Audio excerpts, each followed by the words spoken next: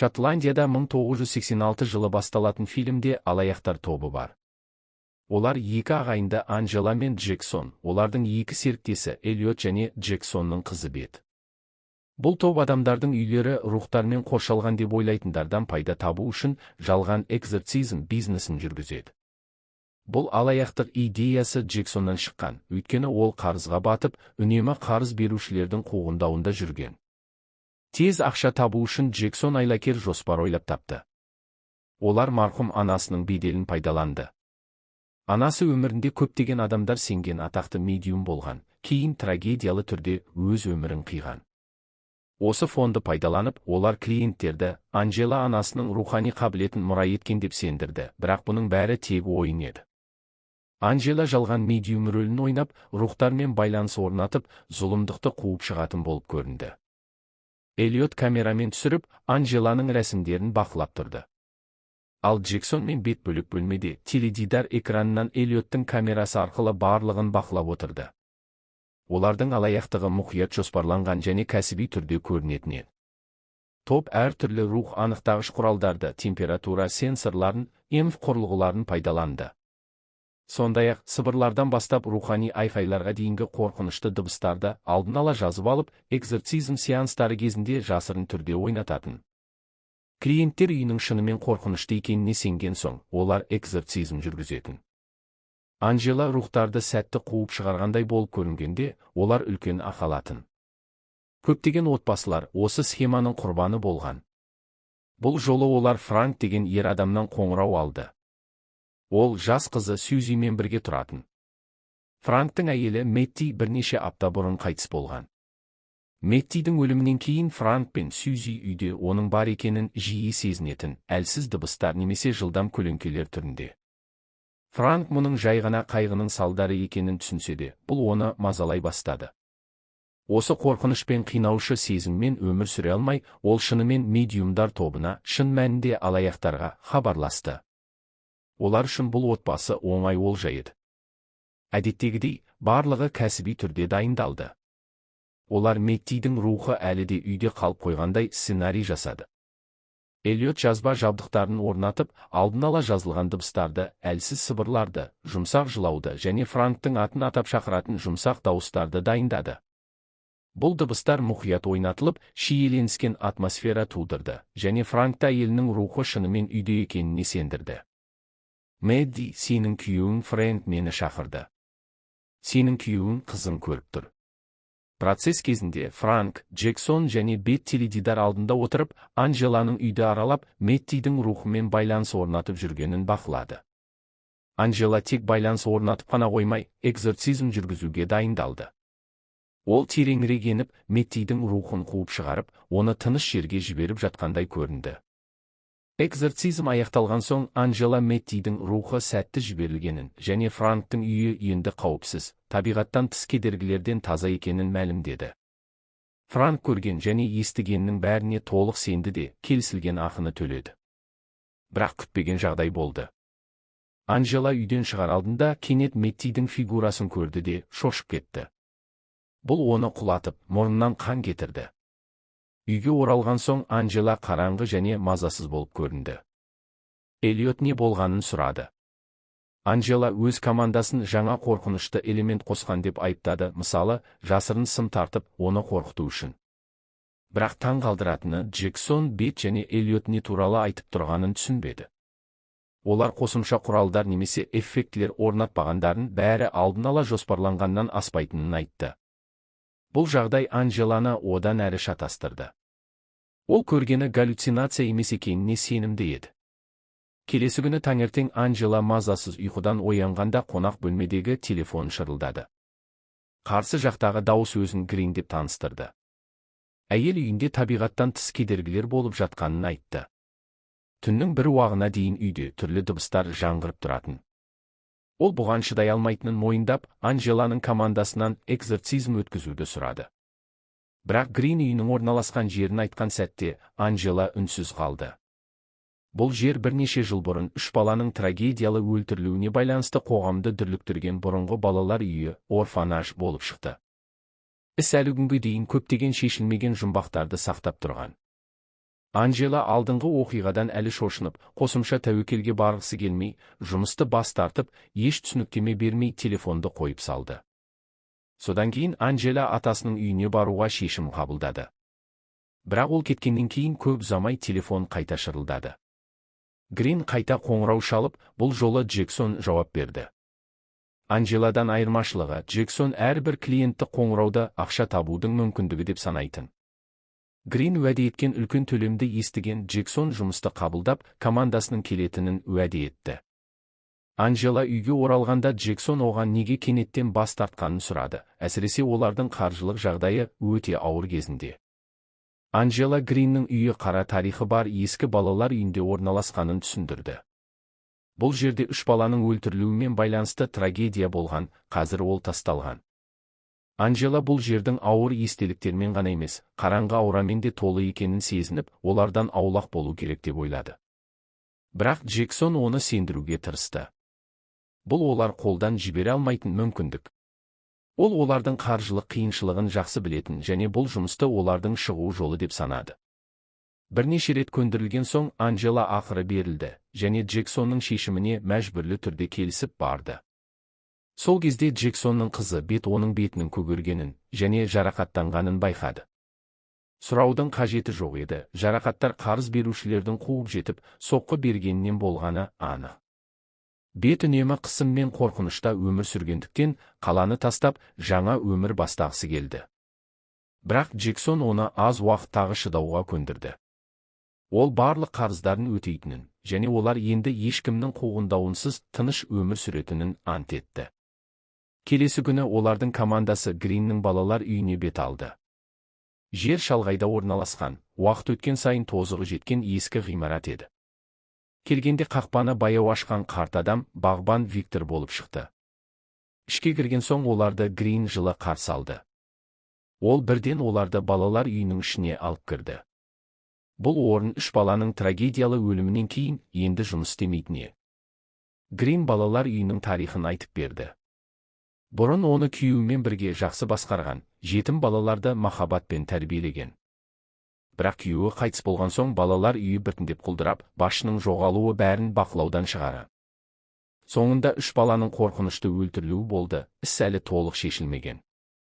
Анжела басынан бастап мазасызданғандықтан, назарын негізгі мақсатқа аударуға тырысты.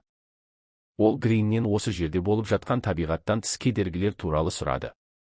Грин алғашында тек түнде балалардың күлкісі естілетінін, кейін ол дыбыстар айқайға және ашулы дауыстарға айналғанын, ұйықтауға мүмкіндік бермейтінін айтты. Бұл түсініктемені естіген соң Анжела мен оның командасы әдеттегідей жоспарын іске асыра бастады. Олар жабдықтарын дайындап, әрекеттер тізбегін құрып, алдын ала жазылған дыбыстарды, балалардың күлкісі, айқайлары және қорқынышты сыбырларды дұрыс сәтте ойнатуға орнатты. Бұл балалардың рухтары әлі де осы жерді аралап жүргендей иллюзия тудырды. Барлығын сенімді ету үшін Анжела Гриннен балалар үйінде өмір сүрген балалардың, әсіресе бірнеше жыл бұрын қайтыс болған 3 қыздың суреттерін көрсетуді сұрады. Грин 3 жас қыздың суреттерін берді, олар Мисси, Тэмми және Клэр болатын. Үшеуі де сол қорқынышты өлтіру құрбандары еді. Сонымен қатар Грин өзінің ұлы Херманның суретінде көрсетті. Анжеланың командасы алаяқтық сценарийін талқылап жатқанда, Анжела кенет Клэрдің рухын көріп қалды. Бұл оның мұрнынан қан кетуіне себеп болды. Ол бірден ваннаға жүгірді, Эллиот еріп барды. Сол жерде Анжела тағы да түрлі дыбыстар естіп, кенет Миссидің рухының пайда болуынан шошып кетті. Миссидің аузы тығыз тігілген еді. Бұл қорқынышты көрініс Анжеланы есінен танырды. Эллиот оның қасында тұрып, Анжеланың мінез құлқына таң қалды. Оның есінен танып қалғанын түсініп, тез арада басқаларды шақырды. Есін жиған соң Анжела бәрі жақсы екенін, алаңдаудың қажеті жоқ екенін айтты да, жұмысты жалғастырды. Барлығы дайын болған соң олар жоспар бойынша әрекетке көшті. Джексон, Бет және Грин қонақ бөлмеде отырып, Эллиот көтеріп жүрген камераға қосылған экран арқылы процесті бақылады. Анжела балалардың рухтарын қуып шығаратын медиум рөлін ойнауға дайындалды. Мен келдім. Сіздерге айтайын, бұл үйді тастап кетіңіздер. Бірақ үйді аралап жүргенде Анжела Тэммидің рухын көрді. Оның да аузы Мисси сияқты тығыз тігілген еді. Тэммидің көзқарасынан Анжела оның сөзбен айталмайтын бір нәрсені жеткізгісі келіп тұрғанын сезді. Анжела Эллиоттан Тэммиді көріп тұрма деп сұрады, бірақ Эллиот ешкімді көрмеді. Тэмми кеткенде Анжела оның соңынан бірден ілесті. Бірақ апат болды. Эллиот Анжеланың соңынан еріп жүріп, ескейденнің әлсіз бөлігіне басып қалды. Ол салмағын көтере алмай, сынды да Эллиот төмен құлады. Мені естисің бе? Эллиоттың аяғы сынған еді. Мұны көрген Анжела дүрлікті де, бірден Джексонға рация арқылы көмек сұрады. Джексон мен Анжела төмен түсіп, Эллиоттың жағдайын тексерді. Олардың назарын Эллиоттың ауырып жатқаны ғана емес, қоршаған ортада аударды. Қабырғаларда көмек сұраған жазулар және баланың аузы тігілген бетінің суреттері болатын. Анжела Джексонға шынымды айтты. Ол осы жерде қайтыс болған 3 қыздың рухтарын көріп тұр. Алғашында Джексон оған сенбеді, өйткені бұған дейін бәрі тек ақша табу үшін ойын еді. Бірақ Анжела енді бұрынғыдан да сенімді болып, бұл қабілет олардың анасынан мұра болуы мүмкін екенін түсіндірді. 3 қыздың рухтары оларға маңызды бір нәрсені айтқысы келіп тұрған сияқты.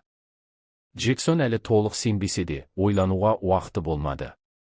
Ол Эллиотты көтеріп, жоғарыға алып шықты. Жағдай сәл тынышталған соң Джексон Анжеладан жоспарды жалғастырып, жұмысты аяқтауды сұрады. Бірақ бұл жолы Анжела қатты бас тартты. Не істерін білмей, Джексон Гринмен кездесіп, болған оқиға үшін кешірім сұрады. Ол оған жағдайды реттеуге уақыт беруін өтінді. Бірақ Грин олардың басынан бастап жалған екенін білетінін айтты. Микрофондары өшірілмегендіктен, ол олардың бұрынғы әңгімесін естіп қалған. Ол бірден Джексон мен бүкіл командасына үйден шығып кетуді бұйырды. Алғашында Джексон дауласуға тырысты, олар жай ғана жұмыстарын істеп жатқанын, алдау ниеті болмағанын айтты. Бірақ Грин бұрын ешқашан ашылмаған құпияны ашты. Ол 3 қыздың өлтірілуіне тікелей қатысы барын мойындады. Бұл мойындау Джексонды шошытып, үрейлендірді. Дүрліккен ол бетке рация арқылы заттарын жинап, шығуын сұрады. Бірақ бетпен байланыс мүлдем болмады. Бірдеңе дұрыс емес екенін түсініп, Джексон қонақ бөлмеге барып бетті іздеді, бірақ ешқандай ізі жоқ еді. Іздеуді жалғастырып жүргенде Тэммидің рухы кенет алдынан шықты. Ойланбастан Джексон Анжела мен Эллиотқа жүгіріп барып, беттің жоғалып кеткенін айтты. Олар Эллиотты сыртқа алып шығуға тырысқанда кенет Миссидің рухы пайда болды. Оның пайда болуы Джексонның мұрнынан қан кетуіне себеп болды. Анжела енді өзімен Джексонның анадан мұра болған бірдей қабілеті бар екенін түсінді.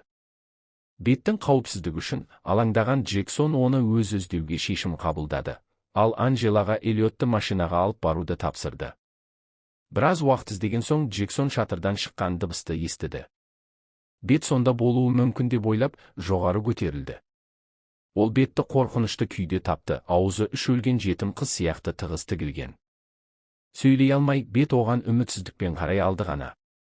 Жердің бірдеңесі өте дұрыс емес екенін түсініп, Джексон бетті көтеріп, машинаға қарай жүгірді. Уақытты босқа өткізбей, ол үлкен жылдамдықпен үйден қашуға бет алды. Бірақ жолдың ортасында Клэрдің рухы кенет алдарынан шықты.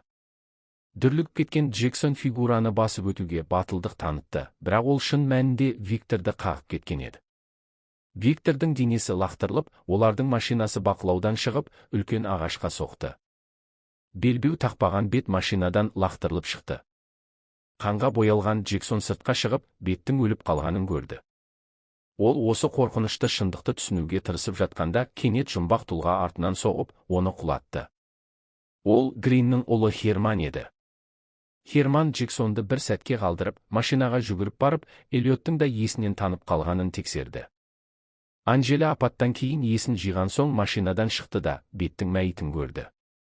Содан кейін әлсіз Эллиотты тексеріп, Джексонның қайда екенін сұрады. Эллиот Джексонды Херман үйге қайта алып кеткенін көргенін айтты. Мұны естіген Анжела ағасын құтқару үшін үйге қайтуға мәжбүр болды. Сол уақытта Джексон қорқынышты жағдайда еді. Оның қолдары ескі орындыққа тығыз байланған. Алдында Грин мен Херман тұрды. Гриннің тыныш мінезі мен жұмсақ сөздерінің артында қорқынышты қараңғылық жасырынған.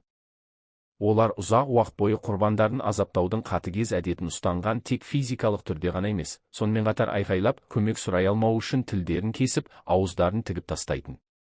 Байланған және дәрменсіз, Джексон азапқа шыдаудан басқа ештеңе істей алмады. Оның тілі кесілді. Бұның өзі аздай, Грин оның аузын да басқалар сияқты тігіп тастады. Ал Анжела үйге жаңадан келгенде Клэрдің рухы оны Джексон ұсталып тұрған жерге бағыттады. Бірақ абайсыздығынан ол Херманның қолына түсіп, оңай есінен танып қалды. Есін жиғанда ол ағасы сияқты байланған және дәрменсіз күйде екенін көрді. Енді ол келесі құрбан болмақ еді. Грин Анжеланы зиянкестік жасамас бұрын Херманға Джексонды қоймаға алып барып, аяқтауды бұйырды. Херман Джексонды өлтіріп кейін оралды. Грин Анжелаға қатыгез әрекетін бастамақ болғанда дыбыс жақындады. Бұл Эллиот еді. Ол ауыр жарақаттарына қарамастан үйге жасырын кіріп үлгерген. Олардың алаңдаушылығын пайдаланып, Эллиот Херманға шабуыл жасап, оны өлтірді. Ұлын өлгенін көрген Гриннің ашуы лап етті де, ол Эллиотқа ет балтасымен шабуыл жасады. Эллиот әлсіреп қалғандықтан қарсы тұра алмады. Қосымша құрбан болғысы келмеген Анжела балалардың рухтарынан көмек сұрады. Сол сәтте балалар рухтарының айқайы үйді дүр сілкіндіріп, Гриннің назарын бұзды.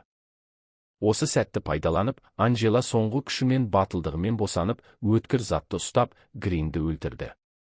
Грин мен Херман өлген соң үйдің атмосферасы кенет тынышталды. Алдарында тұрған Мисси, Тэмми және Клэрдің рухтары баяу жоғалып кетті. Бұл олардың ақыры тыныштық тапқанын білдіретін белгі. Қозғала алатын жалғыз Анжела ғана қалды. Ол көмек іздеп үйден шықты. Бірақ орнына ол шатасып жүрген Джексонның рухын көрді, ол бетті іздеп жүрген еді. Анжела жол бойына отырып, жылай бастады. Бұл өткен машинаға назар аудартты. Анжела мен Эллиот ауруханаға апарылып, медициналық көмек алды.